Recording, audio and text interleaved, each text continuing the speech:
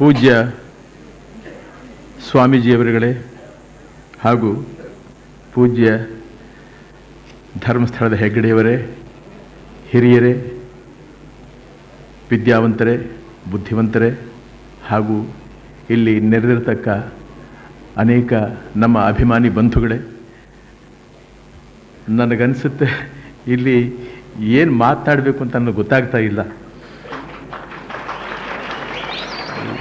ಈ ಒಂದು ಸಭೆನ ನೋಡ್ತಾ ಇದ್ದರೆ ಇದೇನು ಕೈಲಾಸವೋ ವೈಕುಂಠವೋ ಅದೇನಾದ್ರು ಇದ್ದರೆ ಹೀಗೆ ಇರಬಹುದೋ ಅಂತ ಅನಿಸುತ್ತೆ. ನಾನು ಒಂದೇ ಮಾತು ಹೇಳೋದಕ್ಕೆ ಆಸೆ ಪಡ್ತೀನಿ. ಎಲ್ಲ ಮಹನೀಯರು ಹಾಗೂ ಮಹಾತ್ಮರು, ತಪಸ್ವಿಗಳು ಹೆಗ್ಗಡೆಯವರ ಸೇವೆಯನ್ನು ಗುರುತಿಸಿ ಅನೇಕವಾಗಿ ಆಶೀರ್ವಚನಗಳನ್ನು ಹೇಳಿದ್ದಾರೆ. ನಾನು ಏನು ಹೇಳಬಲ್ಲೆ? ದೀನ ನಾನು, ಸಮಸ್ತ ಲೋಕಕ್ಕೆ ದಾನಿ ನೀನು, ವಿಚಾರಿಸಲು ಮತಿಹೀನ ನಾನು, ಮಹಾಮಹಿಮ ಕೈವಲ್ಯಪತಿ ನೀನು, ಏನ ಬಲ್ಲೆನು ನಾನು, ನೆರೆ ಸುಜ್ಞಾನ ಮೂರ್ತಿ ನೀನು, ನಿನ್ನ ಸಮಾನರುಂಟೆ ದೇವ, ರಕ್ಷಣನವರತ. ಕನಕದಾಸರು ಇದನ್ನು ಹೇಳಿದ್ರು. ಇದನ್ನು ಮಾತ್ರ ನಾನು ಹೇಳಬಲ್ಲೆ, ಯಾಕೆಂದ್ರೆ ನಾನು ವಿದ್ಯಾವಂತ ಅಲ್ಲ, ದೊಡ್ಡ ಭಾಷಣಕಾರನಲ್ಲ, ಮಾತುಗಾರನಲ್ಲ. ಒಟ್ಟಿನಲ್ಲಿ ನನಗೇನು ಅನಿಸುತ್ತೆ, ಹೂವಿನಿಂದ ನಾರು ಸ್ವರ್ಗ ಸೇರಿತು ಅಂತ ಹೇಳಿದ ಹಾಗೆ ಹೆಗ್ಗಡೆಯವರು ನನ್ನ ಈ ಸಭೆಯಲ್ಲಿ ಬರಮಾಡಿಕೊಂಡು ನನ್ನನ್ನು ಈ ಸಭೆಯಲ್ಲಿ ಸೇರಿಸಿ ಅವ್ರನ್ನ ಆಶೀರ್ವಾದ ಮಾಡಿದ ಎಲ್ಲ ಮಹನೀಯರುಗಳು, ಅವರು ನಮಗೂ ಆಶೀರ್ವಾದ ಮಾಡಿದ್ದಾರೆ ಅಂತ ನಾನು ಅನ್ಕೋತೀನಿ. ಇದು ನನಗೇನು ಅನಿಸುತ್ತೆ ಅಂತ ಹೇಳಿದ್ರೆ, ನಾನು ಅನೇಕ ಸಲ ಧರ್ಮಸ್ಥಳಕ್ಕೆ ಬಂದಿದ್ದೀನಿ. ಹೆಗ್ಗಡೆಯವರು ಮಾಡಿರ್ತಕ್ಕಂಥ ಸೇವೆ ಜನಸೇವೆಯೇ ಜನಾರ್ದನನ ಸೇವೆ ಅಂತ ಹೇಳ್ತಾರೆ ದೊಡ್ಡವರು. ಹಾಗೂ ದೊಡ್ಡ ದೊಡ್ಡ ಸಾಧುಗಳು, ಸಂತರು ಬೇಕಾದಷ್ಟು ಹೇಳಿದ್ದಾರೆ.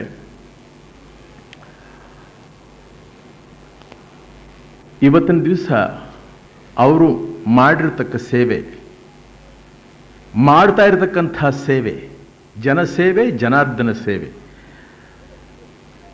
ಅವ್ರಿಗೆ ಎಷ್ಟು ಮಾಡಿದ್ರೂ ತೃಪ್ತಿ ಕಂಡಿರಲಾರು. ಅವರು ಯಾಕೆ ಕಂಡಿರಲಾರು? ಹೆಚ್ಚಿಗೆ ಪ್ರಪಂಚನ ನೋಡೋದಕ್ಕಿಂತಲೂ, ಜನಗಳನ್ನು ನೋಡೋದಕ್ಕಿಂತಲೂ ಹೆಚ್ಚಾಗಿ ಅವರನ್ನು ಅವರು ನೋಡ್ಕೊಂಡಿದ್ದಾರೆ. ಅವರನ್ನೇ ಅವರು ನೋಡ್ಕೊಂಡಿರೋದ್ರಿಂದ ಇದೇ ನನ್ನ ಕರ್ತವ್ಯ, ಹೀಗೆ ಮಾಡಿದ್ರೆ ಶ್ರೇಯಸ್ಸು, ಇದರಲ್ಲೇ ಶಾಂತಿ, ಸುಖ, ಆನಂದ ಇವುಗಳನ್ನ ಕಂಡುಕೊಂಡಿದ್ದಾರೆ. ಬಹಳ ಅಪರೂಪವಾದಂಥ ತತ್ವ ಇದು. ಅದನ್ನು ಅವರು ಸಾಧನೆ ಮಾಡಿಬಿಟ್ಟಿದ್ದಾರೆ. ಆದ್ದರಿಂದಲೇ ಅನೇಕ ಗ್ರಾಮಗಳ ಅಭ್ಯುದಯ, ಅನೇಕ ಜನರ ಉದ್ಧಾರ, ಬಡ ಜನರ ಉದ್ಧಾರ, ಅವರಿಗೆಲ್ಲ ಜೀವನಕ್ಕೆ ಆಧಾರವಾಗತಕ್ಕಂಥ ಅನೇಕ ಕೆಲಸಗಳನ್ನು ಅವರು ಮಾಡಿ ಧರ್ಮಸ್ಥಳದಲ್ಲಿ ಹೆಸರಿಗೆ ತಕ್ಕ ಹಾಗೆ ಇದು ಧರ್ಮಸ್ಥಳ. ಧರ್ಮಸ್ಥಳ ಅಂದರೆ ಹೇಗೆ ಇದು ಧರ್ಮಸ್ಥಳವಾಯಿತು ಅಂತ ಹೇಳಿದ್ರೆ, ಬರತಕ್ಕಂಥ ಯಾತ್ರಾರ್ಥಿಗಳು ಇಲ್ಲಿ ಅನ್ನದಾನ ಹಾಗೂ ದರ್ಶನ, ಸ್ವಾಮಿಯ ದರ್ಶನ, ಮಂಜುನಾಥನ ದರ್ಶನ ಪಡೆದು ಹೋಗ್ತಾರೆ. ಮಂಜುನಾಥನ ದರ್ಶನ ಪಡೆದು ಹೋಗಬೇಕಾದ್ರೆ ಮಂಜುನಾಥನ ಕಣ್ಣಿಂದ ನೋಡೋದಕ್ಕೆ ಸಾಧ್ಯವಾ? ನೋಡಿದ್ದಾರೆ ಯಾರಾದರೂ? ಇಲ್ಲ. ಅದನ್ನು ಎಲ್ಲಿ ನೋಡೋದಕ್ಕೆ ಸಾಧ್ಯ? ಮನುಷ್ಯನಲ್ಲೇ ನೋಡೋದಕ್ಕೆ ಸಾಧ್ಯ. ಹೆಗ್ಗಡೆಯವರನ್ನು ನೋಡಿದ್ರೆ ಆ ಭಾವನೆ ಬರೋದಕ್ಕೆ ಸಾಧ್ಯ ಅಂತ ನನಗನ್ಸುತ್ತೆ. ಆ ವಿಶಾಲವಾದ ಮನೋಭಾವ, ಆ ದೈವತ್ವ ಅದವರಲ್ಲಿದ್ದರೆ ಮಾತ್ರ ಅದು ಸಾಧ್ಯವೇ ಹೊರತು, ಯಾತಕ್ಕೆಂದರೆ 25 ವರ್ಷಗಳ ಕಾಲದಿಂದ ಇದೇ ಸೇವೆಯನ್ನು ಮಾಡ್ಕೊಂಡು ಬರ್ತಾ ಇದ್ದಾರೆ. ಅವ್ರಿಗೆ ತೃಪ್ತಿ ಸಿಕ್ಕಿಲ್ಲ ಅಂತ ಹೇಳಿದ್ರೆ ಇನ್ನೂ ಏನೇನು ಮಾಡಬೇಕು ಅನ್ನೋ ಆಸೆ ಅವರಲ್ಲಿದೆ. ಅನೇಕ ನನ್ನ ವಿಶ್ವಾಸಿಗಳು, ಆತ್ಮೀಯರು ಹೇಳಿದ್ರು, ಅವ್ರು ಮಾಡಿರ್ತಕ್ಕಂಥ ಕಾರ್ಯಗಳನ್ನು, ಮಾಡ್ತಾ ಇರತಕ್ಕಂಥ ಕಾರ್ಯಗಳನ್ನು,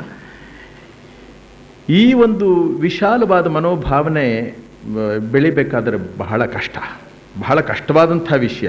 ಇದನ್ನು ಮೈಗೂಡಿಸ್ಕೊಳ್ಳೋದು, ಮನಸ್ಸಿಗೆ ಹಚ್ಕೊಳ್ಳೋದು ತುಂಬ ಕಷ್ಟವಾದಂಥ ವಿಷಯ. ಕಷ್ಟವಾಗಿರುತ್ತೆ. ಅದು ಒಗ್ಗಿಬಿಟ್ರೆ ಅದರಲ್ಲಿ ಬರತಕ್ಕಂಥ ಸುಖ, ಅದರಲ್ಲಿ ಸಿಕ್ಕತಕ್ಕಂಥ ಆನಂದ ಬೇರೆ ಇನ್ಯಾತರಲ್ಲೂ ಸಿಕ್ಕೋದಕ್ಕೆ ಸಾಧ್ಯ ಇಲ್ಲ. ದೇವರು ವರ ಕೊಟ್ಟರು ಪೂಜಾರಿ ವರ ಕೊಡಲ್ಲ ಅಂತಾರೆ ಹೇಳ್ತೀನಿ. ಹಾಗೆ ಅವ್ರು ಮಾಡಿರ್ತಕ್ಕಂಥ ಕರ್ತವ್ಯ ಇಲ್ಲಿ ಬರತಕ್ಕಂಥ ಯಾತ್ರಾರ್ಥಿಗಳು ಹಾಗೂ ಬಂದು ಇದನ್ನು ಇಲ್ಲಿ ಗಮನಿಸಿದಾಗ ಇಲ್ಲಿಂದ ಏನು ತಿಳ್ಕೋಬಹುದು ಅಂತ ಹೇಳಿದ್ರೆ, ನಾವೇನಾದರೂ ಹೇಳೋದಕ್ಕಿಂತಲೂ ಕೇಳೋದು ಬಹಳ ಉತ್ತಮ, ಕೇಳಿ ತಿಳ್ಕೊಳ್ಳೋದು ಬಹಳ ಉತ್ತಮ. ಈ ಕ್ಷೇತ್ರದಲ್ಲಿ ಬಂದು ಏನಾದರೂ ತಿಳ್ಕೊಂಡು ಹೋಗೋದಕ್ಕೆ ಚೆನ್ನಾಗಿರುತ್ತೆ ಹೊರತು ತಿಳಿ ಹೇಳೋದಕ್ಕೆ ಚೆನ್ನಾಗಿರೋದಿಲ್ಲ. ಪ್ರಭು ಮಂಜುನಾಥ ಸ್ವಾಮಿ ನಮ್ಮ ಹಿರಿಯರು ಹೇಳಿದರು, ಬೆಳ್ಳಿ ಹಬ್ಬ ಆಗಿದೆ, ಚಿನ್ನದ ಹಬ್ಬ ಆಗಲಿ, ಹಾಗೆ ವಜ್ರದ ಹಬ್ಬನೂ ನಡೀಲಿ ಅಂತ ಹೇಳಿ. ಇದನ್ನೆಲ್ಲ ಕೇಳಿದಾಗ ನಮಗೂ ಸ್ವಲ್ಪ ಆಸೆ ಆಗುತ್ತೆ. ಏನು ಆಸೆ? ಅಲ್ಲಿವರೆಗೂ ಆಯುಸ್ಸು ನಮಗೂ ಕೊಟ್ಟಿದ್ರೆ ಬಹಳ ಚೆನ್ನಾಗಿರುತ್ತೆ. ಅಲ್ಲಿವರೆಗೂ ಇದನ್ನೆಲ್ಲ ನಾವು ಕಣ್ತುಂಬ ನೋಡ್ತಾ ಇರಬಹುದು, ಇವರುಗಳಿಂದ ಅನೇಕ ವಿಷಯಗಳನ್ನು ನಾವು ತಿಳ್ಕೋಬಹುದು ಅನ್ನೋಂಥ ಭಾವನೆ ಮೂಡೋದಕ್ಕೆ ಸಾಧ್ಯ. ಆ ಸ್ವಾಮಿ ಮಂಜುನಾಥ ಪ್ರಭು ಇವರಿಗೆ ಹೆಚ್ಚಿನ ಆರೋಗ್ಯ, ಆಯುಸ್ಸು, ಇನ್ನು ಆ ಕರ್ತವ್ಯದಲ್ಲಿ ಅದನ್ನೇನು ಹೇಳಲೇಬೇಕಾಗಿಲ್ಲ, ಅದು ಜನ್ಮ ಕಂಟಿರೋದದು. ಅದು ಹಾಗೆ ಇರಲಿ ಅಂತ ನಾವೇನು ಕೇಳಬೇಕಾಗಿಲ್ಲ, ಅದು ಹಾಗೇನೇ ಇರುತ್ತೆ. ಅವನ ಅನುಗ್ರಹ ಇರೋದೇ ಹಾಗೆ. ಇಷ್ಟು ಹೇಳಿ ಇಂಥ ಒಂದು ಸದವಕಾಶವನ್ನು ನನಗೆ ಕಲ್ಪಿಸಿಕೊಟ್ಟಿದ್ದಕ್ಕಾಗಿ ಈ ಸಮಾರಂಭದ ಎಲ್ಲ ನನ್ನ ಆತ್ಮೀಯರಿಗೂ, ಇಲ್ಲಿ ನೆರೆದಿರ್ತಕ್ಕಂಥ ಎಲ್ಲ